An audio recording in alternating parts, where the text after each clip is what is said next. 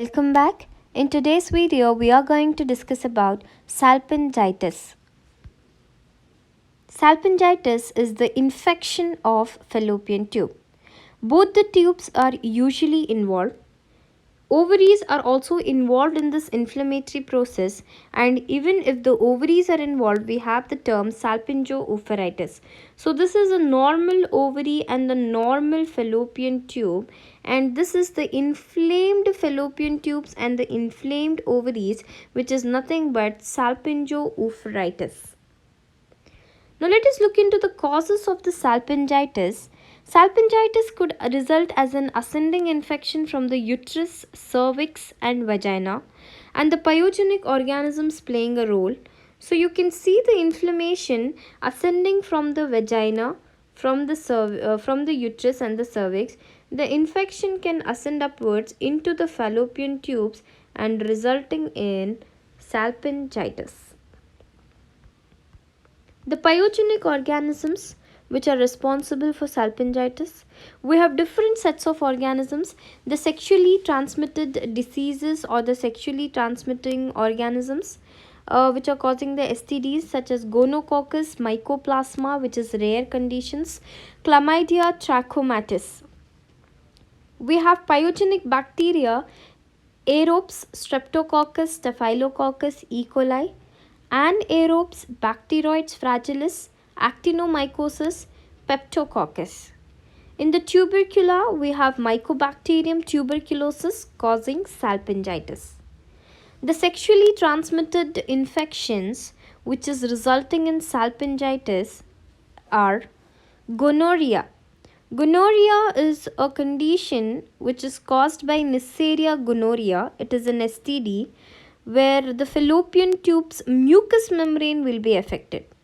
We have the non-gonococcal urethritis. The term here non-gonococcal, it refers to a condition which is not sexually transmitted. We have syphilis. Syphilis is a bacterial infection which is spread by sexual contact. Since it is an STD, it will usually start as a painless sore. We have lymphogranuloma venereum, which is a chronic infection of the lymphatic system. We have this bacteria called chlamydia trachomatis causing the lymphogranuloma venereum. The chancroid is caused by Haemophilus ducreyi. There will be superficial painful ulcers and regional lymphadenopathy. Then we have granuloma inguinale, which is a genital ulcerative disease which is caused by a gram-negative bacteria which is Klebsiella. Then comes the non-specific vaginitis, which is the inflammation of vagina which is resulting in discharge, itching and pain. Mycoplasma infection. So there were some researches done, and as per the research they could isolate this Mycoplasma hominis from the cervix. Then they termed it as mycoplasmal salpingitis. We have other sets of sexually transmitted infections like AIDS, which is caused by human that is human immunodeficiency virus, HIV virus. Okay, where in AIDS the immune system will lose its ability to fight against the disease. Then we have the genital herpes, which is caused by herpes simplex virus. Condylomata acuminata, in which a raised growth of the skin can be seen around the anus, which is caused by human papilloma virus. And molluscum contagiosum is caused by pox virus. And we have the viral hepatitis, which is the infection of the liver, or the inflammation and damage to the liver occurs. In all these conditions, we see salpingitis occurring as a result of these sexually transmitted diseases. We have this cervical intraepithelial neoplasia, which is a pre-malignant condition of the uterine cervix which is ascending and resulting in infection of fallopian tubes, that is nothing but salpingitis. Moving on to the other sets of sexually transmitted diseases, we have bacterial vaginosis, where there is an imbalance in the healthy bacteria of the vagina, And then we have Trichomonas vaginitis, which is caused by Trichomonas vaginalis. This we have dealt about all these in the previous video, infections of vagina. Then this Trichomonas vaginitis will be caused by a protozoa. This Trichomonas vaginalis is a protozoa. We saw the structure, the anatomy and everything of this protozoa in the previous video. Then we also dealt about Monilial vaginitis, which is a fungal infection caused by Candida albicans. Then moving on, we have scabies and pediculosis pubis. So what is human scabies?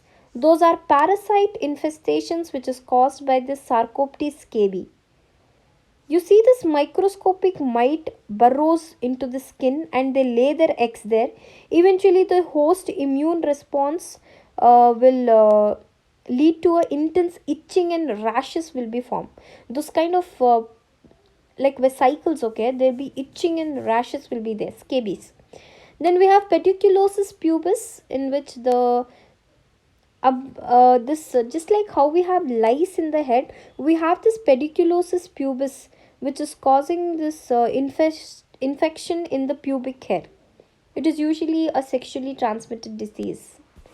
Then we have other set of conditions where salpingitis occurs. It is by the direct spread from the adjacent infection. So one or both the tubes are affected in case of appendicitis, diverticulitis or following the pelvic peritonitis. So in all these conditions we have the inflammation of these fallopian tubes as a result of the infection spreading from the adjacent structures like appendix, diverticulitis and peritonitis. So in these conditions, appendicitis and all these, we have the infection spreading directly. The organisms which are causing this infection is E. coli, Streptococcus faecalis, Bacteroides fragilis is too often involved whenever there is a abscess formation. Then another condition, tuberculosis. The commonest site of the affection in case of tuberculosis are the fallopian tubes. So 100%, if a person is suffering with the genital tuberculosis, the 100% infection will be caused to the fallopian tubes. The initial site of infection in the submucosal layer, that is interstitial salpingitis. Now you can see the interstitial salpingitis and the submucosal layer of this isthmus, this ampullary part. So we have this ampullary part of the fallopian tube being affected. So you see this ampullary part. The submucosal layer of this ampullary part will be affected. Okay. So the ampulla is being affected in tuberculosis. The modes of spread of infection, it is through continuity. So you can see the continuity, the infection starting here and it is continuing all around. One, it is through continuity, and they are talking about contiguity here. What is contiguity, guys? Contiguity is nothing but the touching or adjacent to. So by the means of continuity and contiguity, the infection can spread, like in gonococcal infection. Now you can see here the infection, the arrow marks what they have shown. The infection is being spreading from here, it is going like this and like this. It is through the continuity and contiguity. And we also have pelvic peritonitis, which is causing an infection. I hope it's clear. Moving on, we have through the lymphatics and pelvic veins. So you can see through the lymphatics the infection being spreading to the fallopian tubes. Then through the pelvic veins, post-abortal and puerperal infection. So after abortion and during the puerperium period, that is immediately after delivery for the next 42 days. So the post-abortal and the puerperal infection by the pyogenic organisms other than the gonococcus can also be a cause for salpingitis. Through the bloodstream, we have the tubercular infection, and from the adjacent infected extragenital organs like the intestine. So any infections in these intestines can also cause an infection. So you can see the rectum and the other structures, intestine being involved here, and this can spread to the fallopian tubes. Moving on to the acute salpingitis.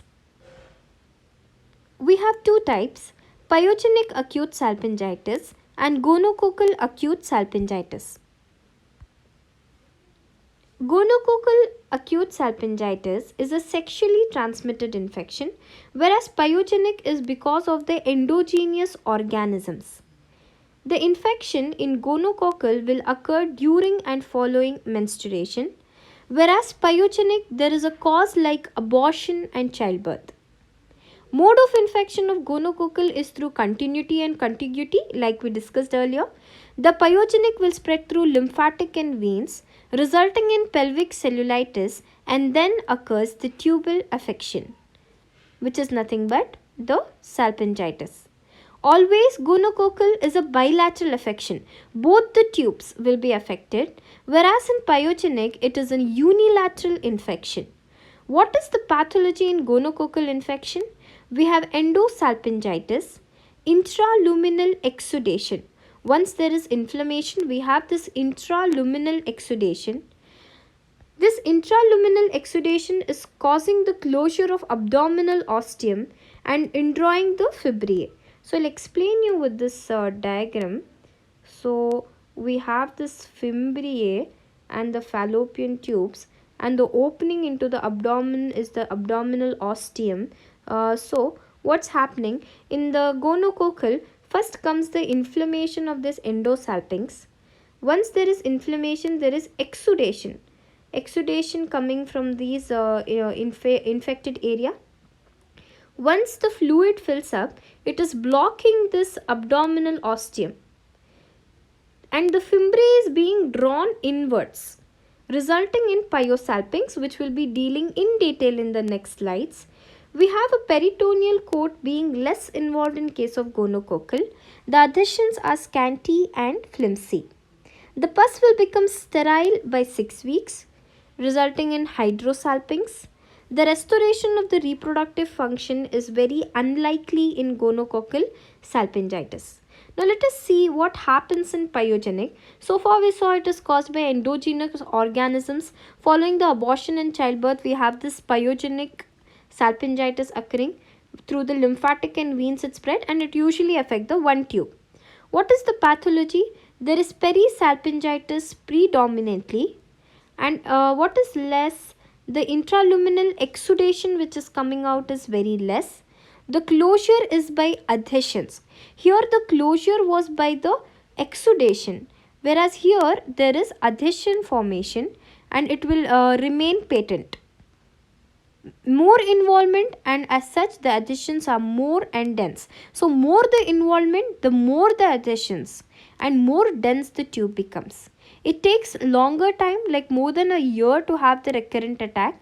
The restoration of the function is possible in pyogenic, whereas in gonococcal it is less. So I hope the differences are clear. Gonococcal is STD, whereas this is by pyogenic organisms, and it is gonococcal is bilateral, here it is unilateral. Gonococcal spread by continuity and contiguity, pyogenic is by lymphatics and veins. More of endosalpingitis, here perisalpingitis. Intraluminal exudation will be more here, exudation is more, which is closing the abdominal ostium, and the fibrae are being drawn inwards, whereas here the exudation is very less, whereas the closure is occurring as a result of adhesion. The restoration of reproductive function is less in gonococcal, but by pyogenic the restoration is possible. Moving on to the clinical diagnostic criteria for acute salpingitis, we have the symptoms like abdominal tenderness, rebound tenderness, cervical and uterine motion tenderness. So we have 3 tenderness, 4 tenderness, the abdominal tenderness, rebound tenderness, cervical and uterine motion tenderness, and adnexal mass tenderness. All these tenderness will be there. The patient presents with a temperature more than 38 degrees Celsius. Leukocytosis count is more than 10,000 mm³. Purulent material will be seen from the peritoneal cavity by the laparoscopy or culdocentesis. So this purulent material thing you can understand much in the Pyosalpinx. In the upcoming slide, you will understand how this purulent material is formed and how this Procedures will help in diagnosis and everything. We have the pelvic abscess or tubo-ovarian mass being formed on the being observed in the bimanual examination. Okay. So the tenderness you have to remember in the clinical diagnostic features, we have 4 types of tenderness, and then the temperature is raised since it is an infection. Obviously temperature will be raised, leukocyte count is raised, and the purulent material will be formed and abscess formation is there. Now let us see the complications of acute salpingitis. We have pelvic or generalized peritonitis. Peritonitis, which is the inflammation of this peritoneum, it can lead, so this salpingitis can lead to this complication. It can result in pelvic cellulitis. Okay, you can see this pelvic cellulitis occurring. And then pelvic cellulitis, we also call it as parametritis, where there is inflammation of the parametrium. So you can see this inflammation of the parametrium and the adhesion formation, this infection. So you can clearly relate the complication. First, the person had the inflammation of the fallopian tube and the ovaries. This inflammation is resulting in parametritis, which is the inflammation of the parametrium or the adjacent structures of the uterus. Then we have pelvic thrombophlebitis. So thrombophlebitis, it is occurring usually after delivery when an infected blood clot, which is nothing but the thrombus, which is causing an inflammation in the pelvic vein.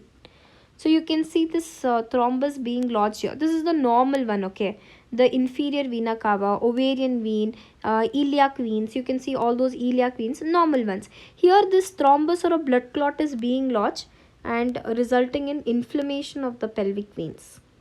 This is pelvic thrombophlebitis, a complication of salpingitis. Then we have the pelvic abscess, which is a life-threatening condition where there is collection of the fluid in the pouch of Douglas.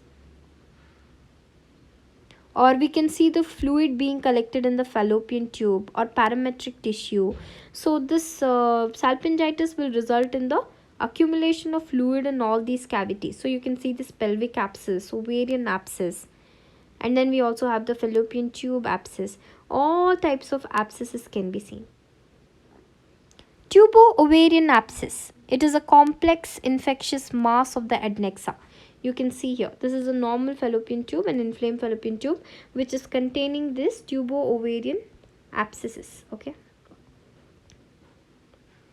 These tubo-ovarian abscesses is a infectious, where there is an infectious mass of adnexa which is forming as a result of the salpingitis.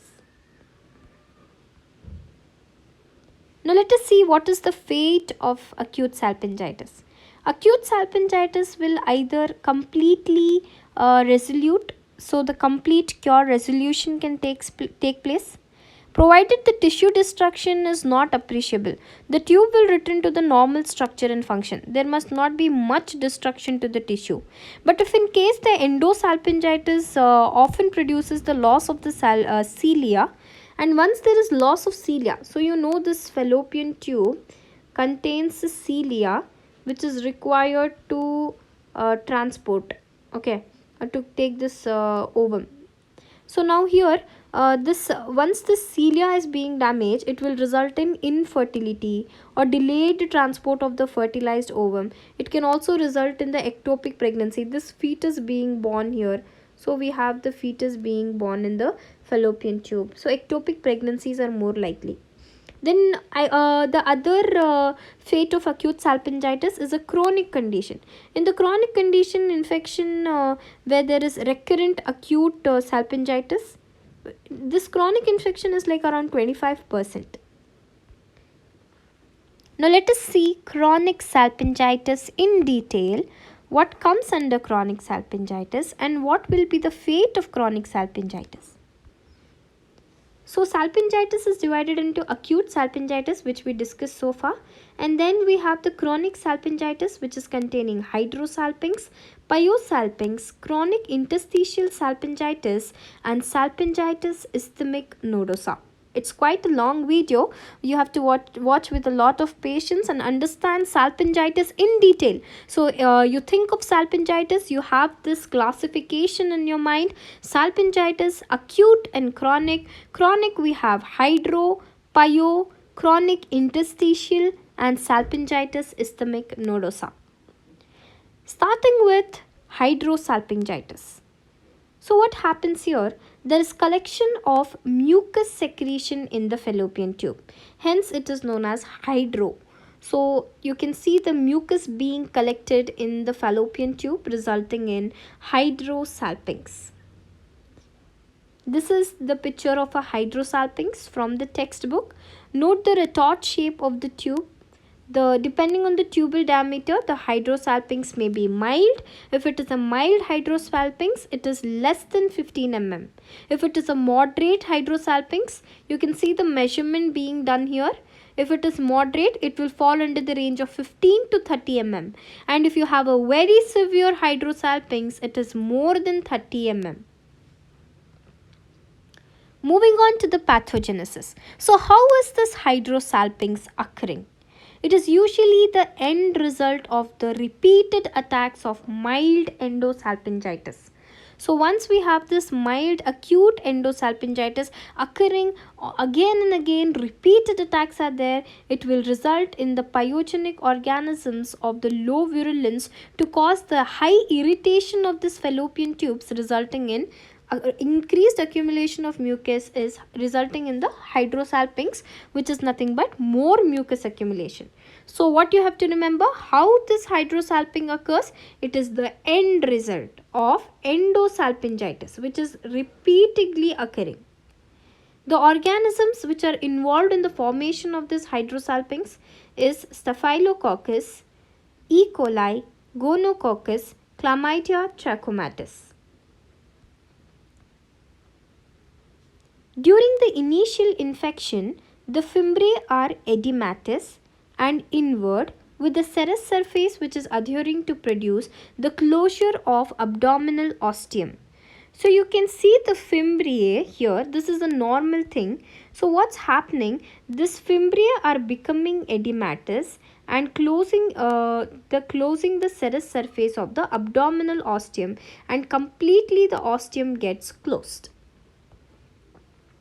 So you can see the fimbriae being edematous. They are indrawing the serous surface and causing the closure of the abdominal ostium. The uterine ostium will get closed by congestion. The secretion will start getting pent up, making the tube more and more distended. The resulting distension will make the tube curled and it will retort shape. The wall is smooth and shiny. It is containing a clear fluid inside, which is usually sterile. So you can see the picture here, which we saw in the first thing. This fluid is accumulating, the abdominal ostium being completely closed here. The ostium is completely closed, so the fluid is start to penting up inside, more fluid accumulation. So it is causing the distension of this fallopian tube. The more the distension, the more the fluid accumulation will be there, and more distension, making it retort shape. The wall we saw, it was smooth and shiny. Now moving on, Hydrosalpinx is also considered as the end stage of Pyosalpinx.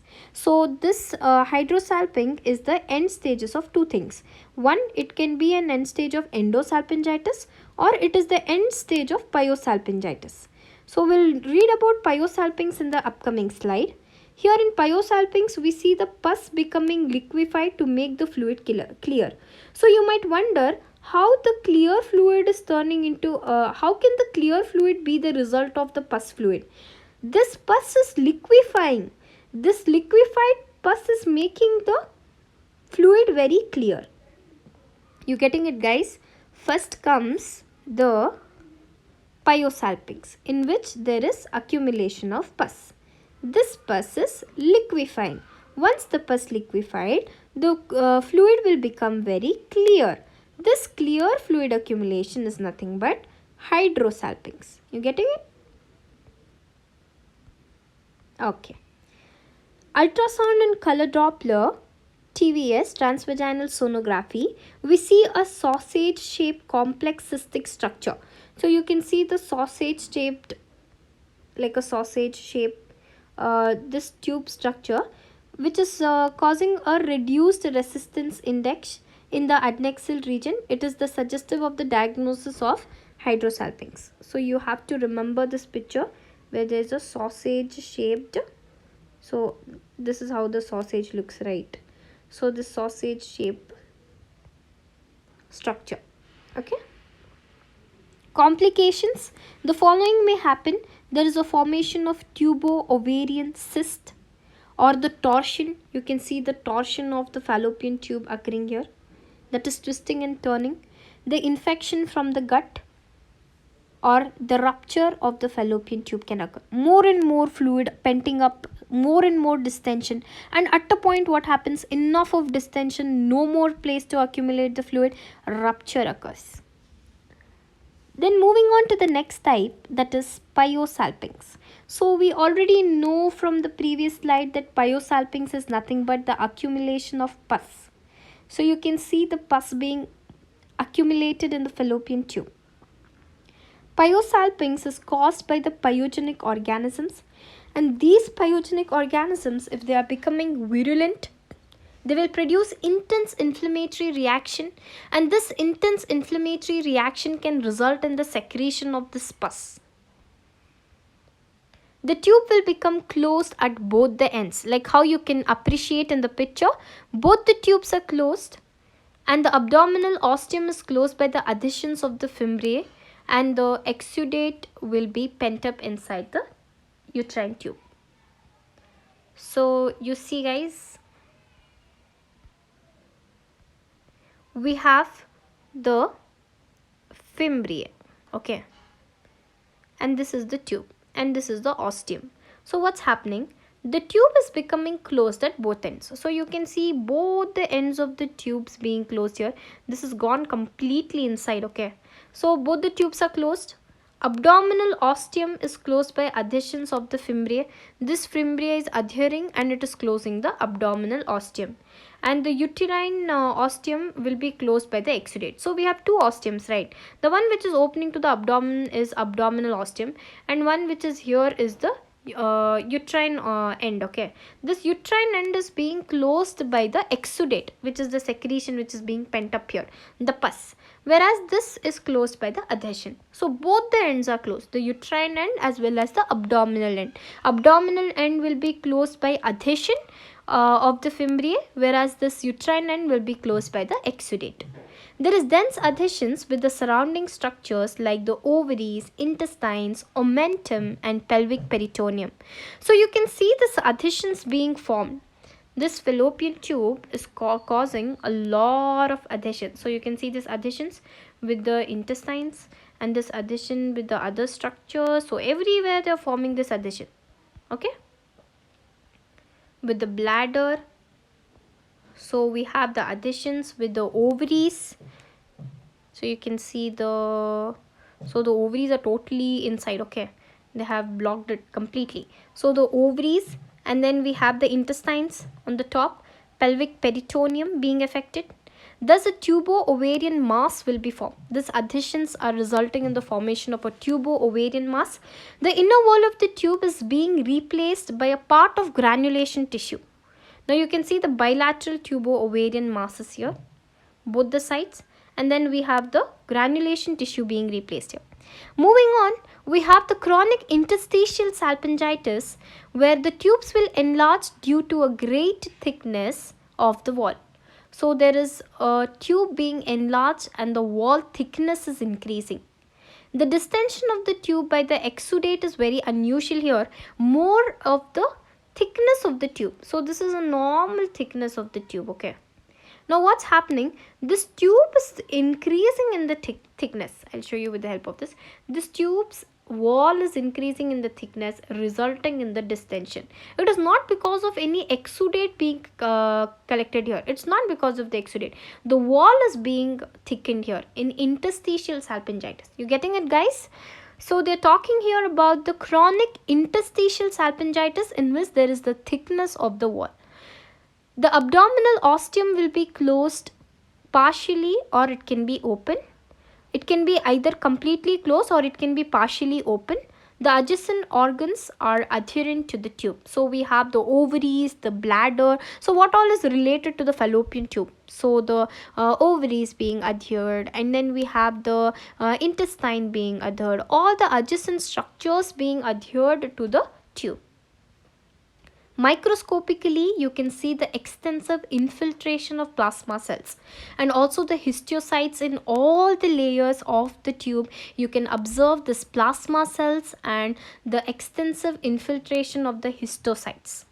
There is intense fibrosis, so enough of scarring is present of the muscle coat, which is causing to this increased thickness of the muscle coat and inflammatory changes.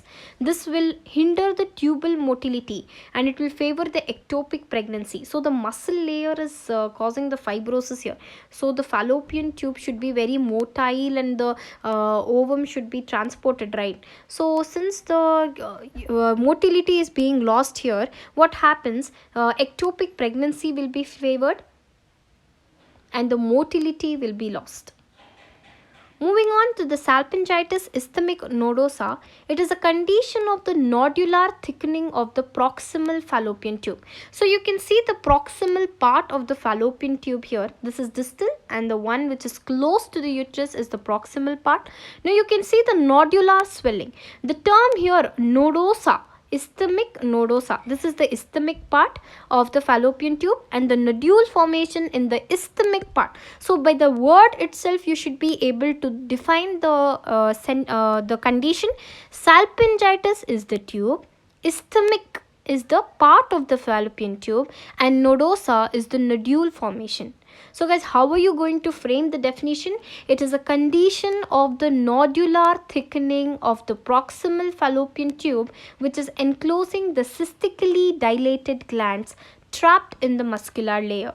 So they are saying that the muscular layer, it is trapping this cystically dilated glands. These glands are being dilated and they are enclosed in the muscular layer. Okay, the glands enclosed in the muscular layer. The pathogenesis, how does this nodular formation occurs? It is related to the tubercular infection. There is infiltration of the tubal mucosa directly into the muscularis, which is resembling the adenomyosis. So since the muscular coat, okay, the muscle layer is involved here, what do they think? They confuse it with adenomyosis. What happens in adenomyosis? So we have three layers, right? The endometrium, myometrium, and the parametrium. So this endometrium, the innermost lining, if it starts invading into the muscular layer, then we term it as adenomyosis. So the infiltration of this tubal mucosa directly into the muscularis, which is resembling the adenomyosis of the uterus. Getting it, guys? So it is kind of resembling the adenomyosis. Then it is one of the form of endometriosis of the tube. The absence of the endometrial stroma. So they are saying it is a kind of endometriosis. But then can you find this endometrial tissue here? No. There is absence of this endometrial tissue. However, it is pointing against it.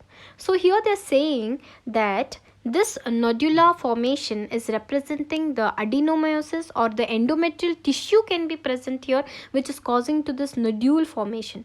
But then since the now you see the examination, you do not find any endometrial tissue being ectopic and being found here.